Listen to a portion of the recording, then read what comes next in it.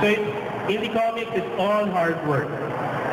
Si Ambush, kunyari ako, talagang kailangan kong magsimula na maggawa rin ng mga indie comics. Tapos to a point na may mga naging kaibigan kaming nag-cosplay, si Shindex at si Johan.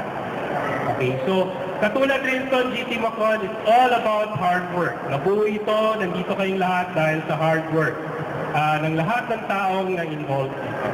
So salamat, sana mag-enjoy kayong lahat sa mga magko-cosplay ng mga indie comics characters.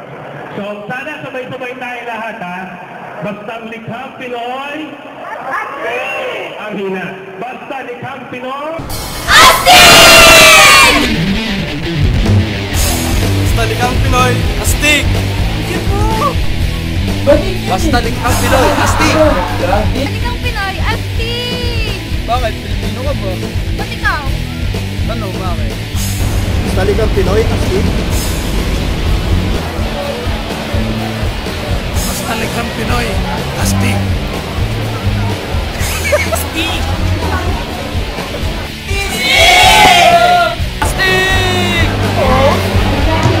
Isang matuwid na layunin ang nagtudyok sa akin upang makamit ang mithi kahit mahirap abutin.